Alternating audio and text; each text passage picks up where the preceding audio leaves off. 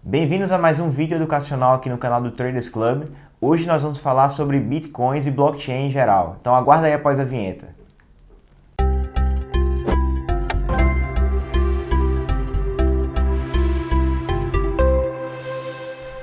Eduardo, obrigado de novo aí por estar aqui conosco no nosso vídeo educacional do TC. As pessoas já assistiram o vídeo de clubes de investimentos, você esteve aqui falando com a gente sobre isso, mas algumas pessoas não assistiram, então se apresente de novo aí para o pessoal. Bom, agradeço o convite, é sempre um prazer estar aqui. A última vez eu estive aqui falando de clubes de investimentos, né, até para explicar para as pessoas. Minha origem vem dos mercados tradicionais, financeiros.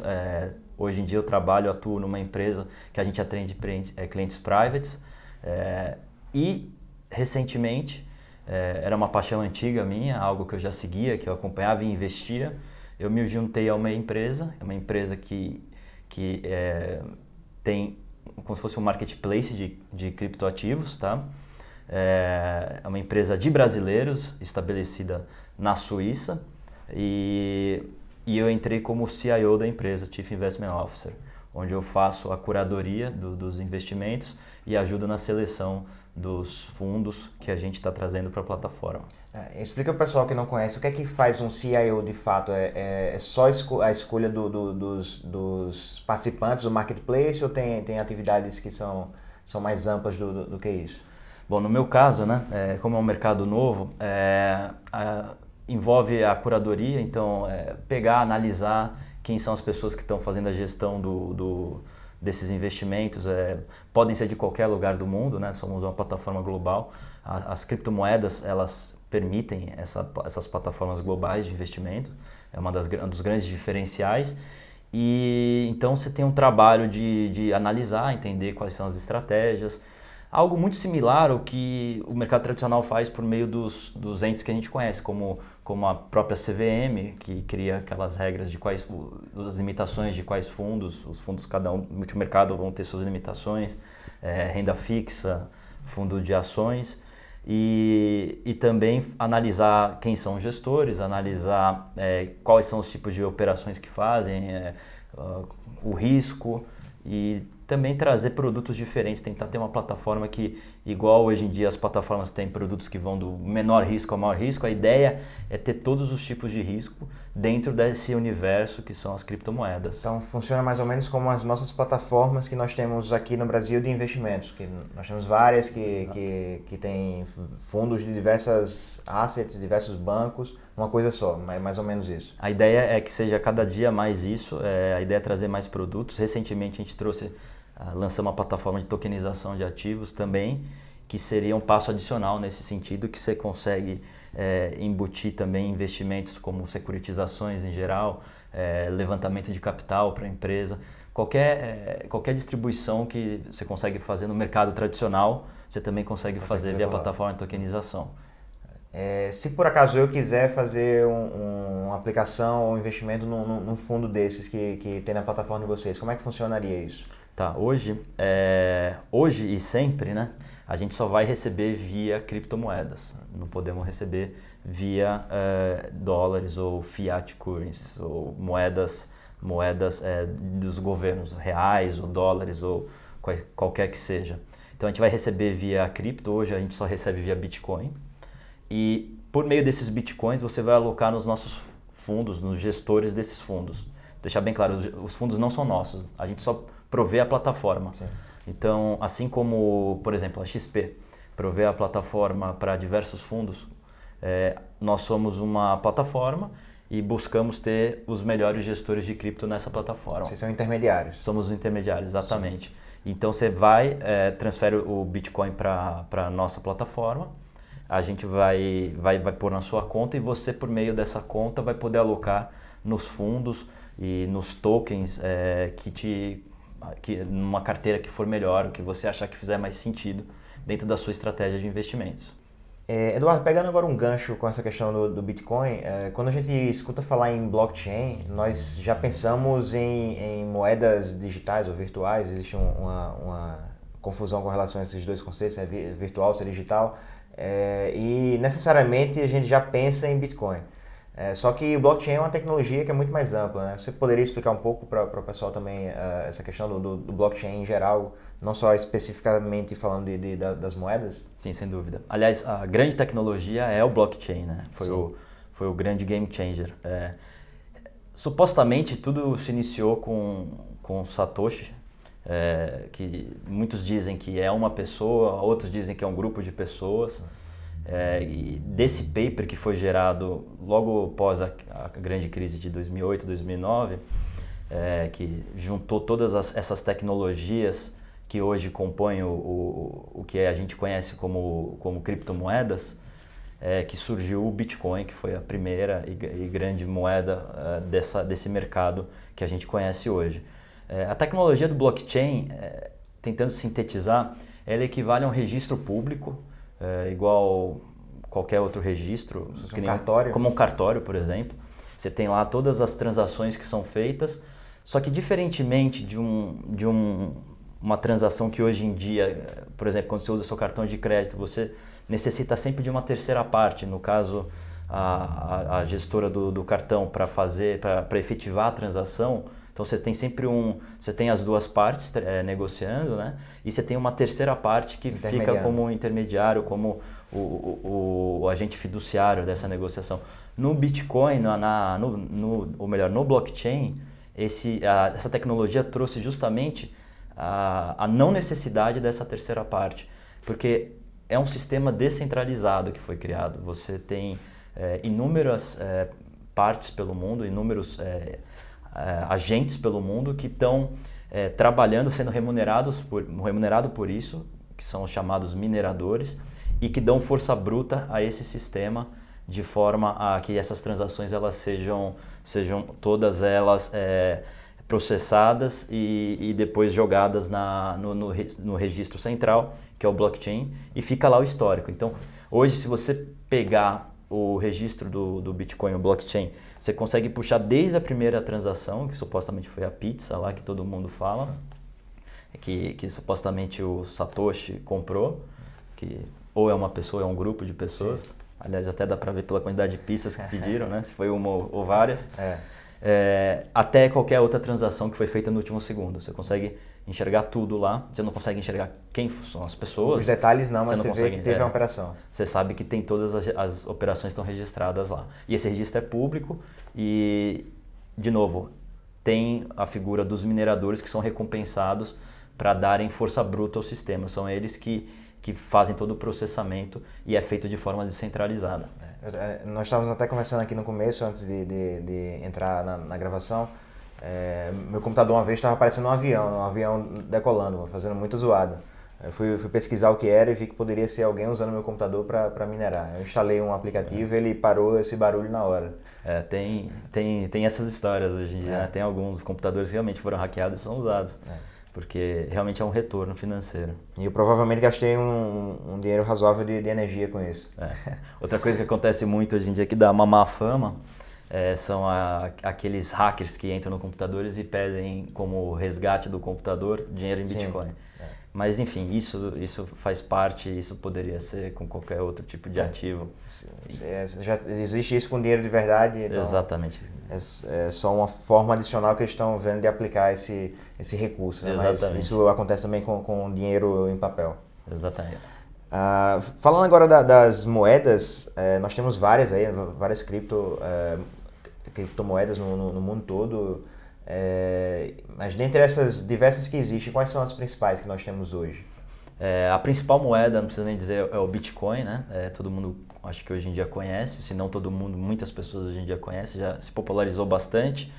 E hoje, a última vez que eu olhei, pelo menos, ela perfazia em torno de 75% do market cap do mercado de criptos. Tem até um site muito legal para quem se interessar, que chama-se coinmarketcap.com, que você consegue checar diariamente, a todo minuto, quanto que cada cripto perfaz do total das criptos.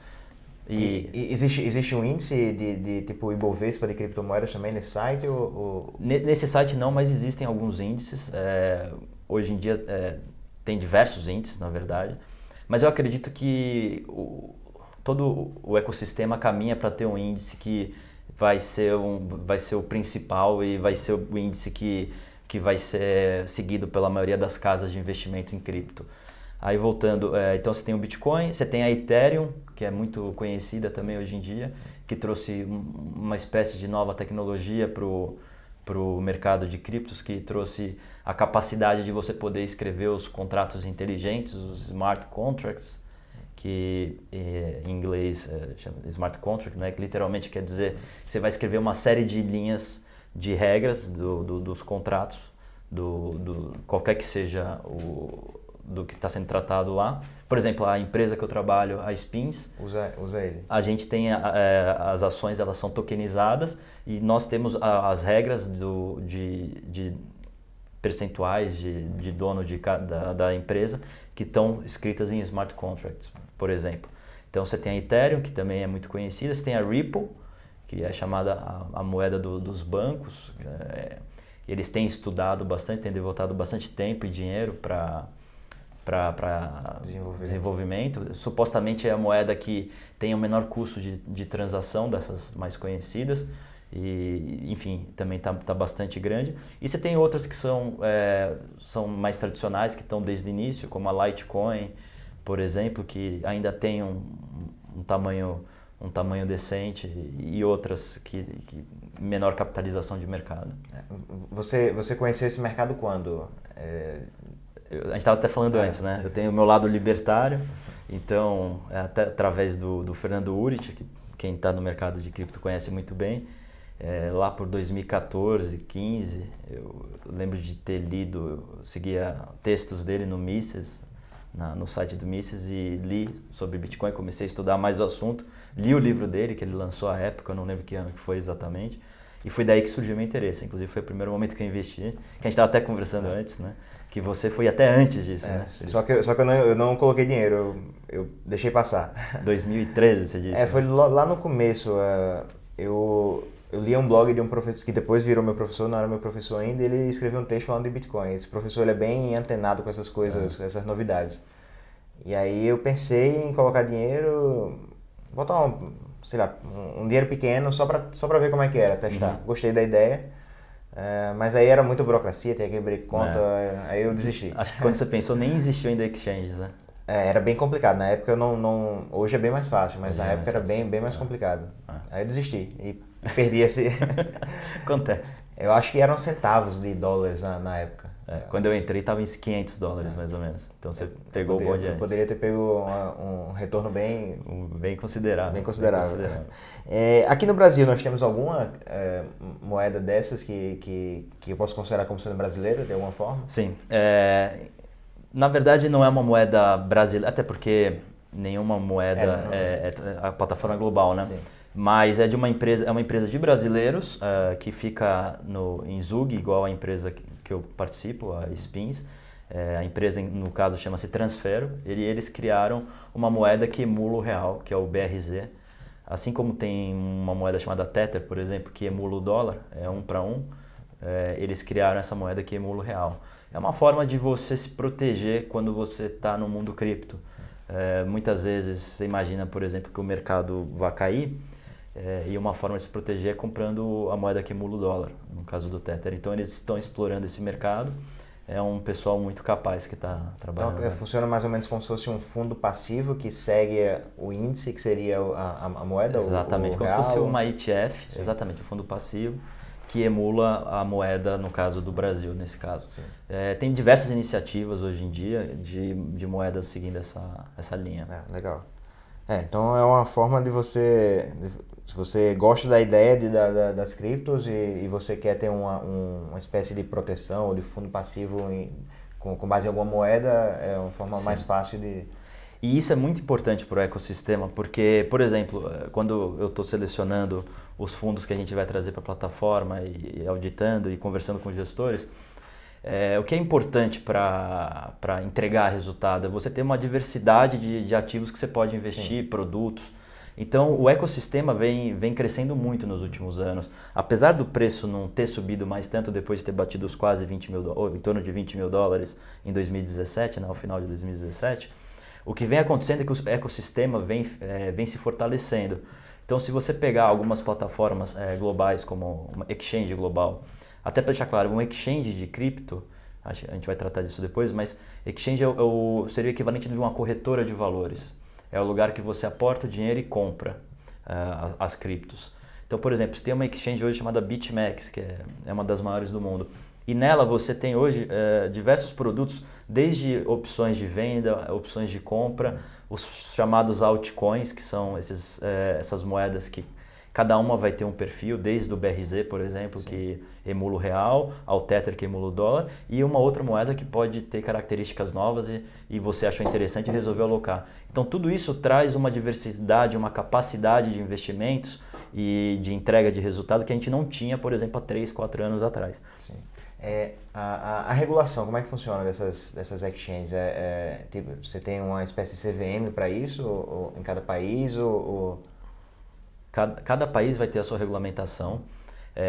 Nós, por exemplo, a Spins, ela está no Crypto Valley, em Zug, na Suíça, porque Zug, que é um cantão da Suíça, equivalente a um estado, porque a regulamentação lá é mais favorável, assim como a Transfero também está lá e outras tantas empresas do mundo cripto. Inclusive, a pessoa que criou a Ethereum também mora lá, por exemplo.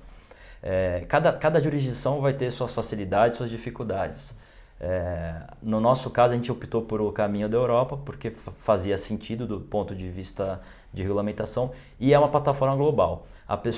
O que é muito importante do mundo cripto, a pessoa é sempre responsável pelo seu investimento. Então, por exemplo, se você for investir em cripto e comprar diretamente de uma outra pessoa, sem ser por uma exchange, você consegue. Diferente do nosso mercado tradicional, que para comprar Petrobras você precisa de uma corretora, você é obrigado. Se você quiser comprar cripto, eu posso comprar de você diretamente. A gente não necessita de uma corretora para fazer isso. Eu consigo transferir aqui na hora? Exatamente, a gente faz a transação aqui de balcão nosso aqui. Sim. Tá? Sem necessidade de passar por nenhuma corretora. A exchange foi uma inovação que surgiu, a maior de todas no início era Mt. Gox, uma exchange japonesa que quebrou. Que ela surgiu na verdade como uma facilidade para as pessoas físicas comprarem, porque apesar de a gente poder fazer transação aqui, é muito difícil encontrar contraparte que você conheça, que feche preço, e você ir atrás do entendimento de como fazer isso. É mais simples você se cadastrar numa exchange e fazer a transação como você está acostumado a fazer numa corretora, por exemplo, num banco. Né? Então, cada país tem a sua regulamentação, é uma regulamentação que muda, que evolui, é viva. Eu estava na Suíça agora, alguns meses atrás, lá em Zug, lançando a nossa plataforma de tokenização de ativos, né, que a gente vai tratar adiante. E enquanto eu estava lá, já tinha gente falando que a regulamentação de Liechtenstein, um principado, um país écola da Europa, que tinha acabado de sair, semana retrasada, já estava como a mais avançada da Europa naquele momento. Sim. E tem também a Estônia, que é um país pequeno também. Então é muito dinâmico, muda muito. A CVM aqui no Brasil ela está muito antenada, ela tem extensos debates sobre o assunto, desde a tributação, de como funcionaria, qual que são as características de cada criptoativo, o que pode ser distribuído, o que não pode. E assim, tudo isso faz parte da construção do ecossistema. É bom, quanto mais segurança jurídica melhor, e a gente vai sempre buscar esse caminho também e inclusive queremos trazer pessoas boas para discutir esses assuntos. Você falou sobre a exchange do Japão que quebrou, e aí as pessoas veem, por exemplo, o Bitcoin subiu lá, sei lá, de centavos de quando eu vi pela primeira vez para $20 mil. E aí o cara vê o gráfico e aí fica empolgado, pô, vou comprar isso aqui que eu vou ganhar muito dinheiro. Então, se você pudesse falar um pouco para as pessoas que olham para o retorno passado dessas moedas, o que é que você diria para eles? Principalmente com relação ao risco do investimento, do trading desses tipos de ativos. Sim. Bom, primeira coisa, retorno passado nunca é garantia de retorno futuro, né? Como o Felipe sempre alerta, muito bem. Eu acho que é um investimento que você tem que acreditar muito. Você tem que acreditar na tecnologia. Tem as pessoas que entram para pegar as ondas de curto prazo, fazer os famosos trades, compra e venda. E, obviamente, tem muita gente que ganha dinheiro fazendo isso de curto prazo. Mas eu acredito que é um mercado que vai crescer muito. Eu acho que é algo que veio para ficar. Não sei se vai ser o Bitcoin, eu não sei se vai ser a Ripple, não sei se vai ser Ethereum ou se uma nova que a gente ainda não sabe. mas eu acho que ainda vai ter um percentual maior da economia global do que tem hoje. Então, primeira coisa, varia muito, é uma classe de ativos nova, então a volatilidade é muito maior do que de uma moeda, por exemplo, até muito maior do que de commodities, por exemplo. Esse é um fator que faz com que as pessoas digam que não é uma moeda, né? Que a moeda teoricamente não deveria ter uma volatilidade tão alta assim. É uma discussão grande, né? Porque também tem a discussão de se ouro é moeda. Se é reserva de valor ou não reserva também. De valor. A minha percepção, até já entrando nesse ponto, é que se trata de uma moeda porque eu encaro como uma reserva de valor. Para mim, o grande valor das criptos está justamente por ser uma reserva de valor fora do sistema financeiro. Sim. E isso por si só já traz valor. Porque se parar para pensar, tudo que você investe hoje, numa plataforma de investimento qualquer você está debaixo de um guarda-chuva institucional, legal, exatamente. E que um banco central pode amanhã, com uma canetada, mudar tudo. Mudando juros, mudando política monetária, o que quer que seja. E nesse caso, você está num sistema que é pré-determinado. O Bitcoin tem uma quantidade certa de moedas que vão ser emitidas. E, inclusive, você sabe exatamente o dia, a hora e até o segundo que vai acontecer as novas emissões de moedas. Então, daqui a 1 ano eu sei quanto vai ter, daqui 2 anos, daqui 10 anos eu consigo dizer quantas vão ter. Tá certo? Então, eu acho que isso funciona muito bem também como uma proteção de fora do sistema financeiro tradicional. Eu acho que daí reside o maior valor das criptos. Além do fato de não necessitar de terceira parte numa transação que eu acho que também tem bastante valor. Eu particularmente só invisto em ativos que geram caixa. O Bitcoin não gera caixa, outras moedas não geram caixa. Se eu for comprar dólar, não estou gerando caixa. Eu vou usar para proteção, para fazer uma viagem, alguma coisa assim. Mas eu vejo que essas moedas elas estão começando a cada vez mais aumentar as possibilidades de uso no dia a dia. Tem bares que aceitam, você pode fazer compras com algumas moedas dessas, então é moeda. Eu não vejo outra alternativa de classificação. É uma moeda, eu posso usar para proteção, posso usar para comprar alguma coisa, então... Eu estava até vendo um vídeo que eu achei interessante. A pessoa usava como exemplo, por exemplo, digamos que você tem uma banda, você é da Indonésia e você tem uma banda que canta em inglês, enfim, e posta os seus vídeos no Instagram, no YouTube.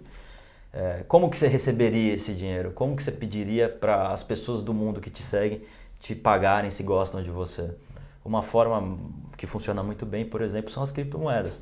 Justamente por ser essa plataforma global. Sim. Você vai receber em cripto, Bitcoin, Ripple, Ethereum, sabe lá qual que você vai receber, a que você definir lá, ou todas, né? Por que não?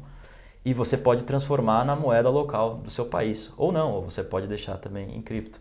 Então, eu acho que essa facilidade que traz de movimentação de dinheiro, aliado por ser de fora do sistema e não precisar de terceira parte, eu acho que é aí que está o valor do negócio. Muita gente questiona, mas o Bitcoin não tem valor intrínseco, né, para determinar... Sim. Nenhuma moeda tem, para pensar. Antigamente tinha o ouro como valor intrínseco. Sim. Mas depois que foi derrubado o padrão ouro, nos Estados Unidos foi em 1971 com o Nixon, a moeda também não tem. O que se acredita no final do dia é a confiança de um Estado, que por força militar vai te garantir aquele valor. Enfim, é uma questão muito mais de confiança do que qualquer coisa, na minha opinião. Beleza, Eduardo. Para a gente finalizar aqui, vamos recapitular algumas coisas só para ficar fixo e as pessoas entenderem bem essa ideia. Se eu ou uma pessoa que está assistindo o nosso vídeo, ele quiser fazer uma aplicação, um investimento em alguma dessas moedas, a operação, como é que funciona? Eu tenho que abrir uma conta numa corretora específica?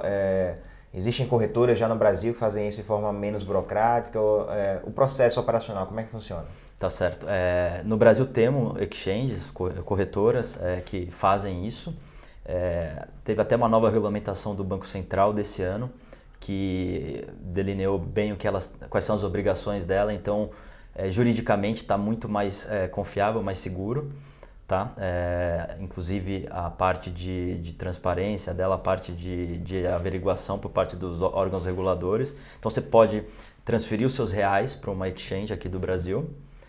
E com esses reais comprar, por exemplo, Bitcoin, comprar Ethereum, você tem uma diversidade de criptos que você consegue investir por meio dessas exchanges.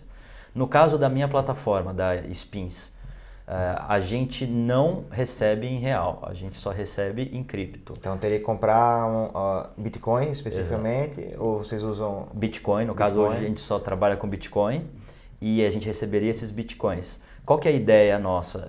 O que a gente está tentando trazer de inovação? Hoje as pessoas elas compram numa exchange, digamos, um Bitcoin e deixam um Bitcoin lá. Torcem para o Bitcoin subir de preço. Exato, você não tem nenhum tipo de ganho adicional em cima disso. O que a gente busca é trazer fundos de investimento de cripto, vamos chamar assim de fundos, e que você tenha ganho em Bitcoin. Então, se você transferir um Bitcoin, a ideia é que você tenha mais que um Bitcoin passado um ano, por exemplo, por meio desses bons gestores que a gente está tentando trazer para casa. Uma carteira diversificada e de uma várias moedas. Mesma coisa que seria, por exemplo, na hora que você investe seu dinheiro. A ideia é a mesma. E você traz diversificação também. Você não fica sentado em cima. Seria equivalente a um fundo cambial. É um fundo cambial. Você compra, você fica sentado em cima do... Mas imagina que você pudesse investir em produtos dolarizados que podem te dar um retorno adicional. A ideia seria essa. Certo. Então é isso aí, Eduardo. Obrigado aí foi bem esclarecedor. Eu tirei um monte de dúvidas minhas.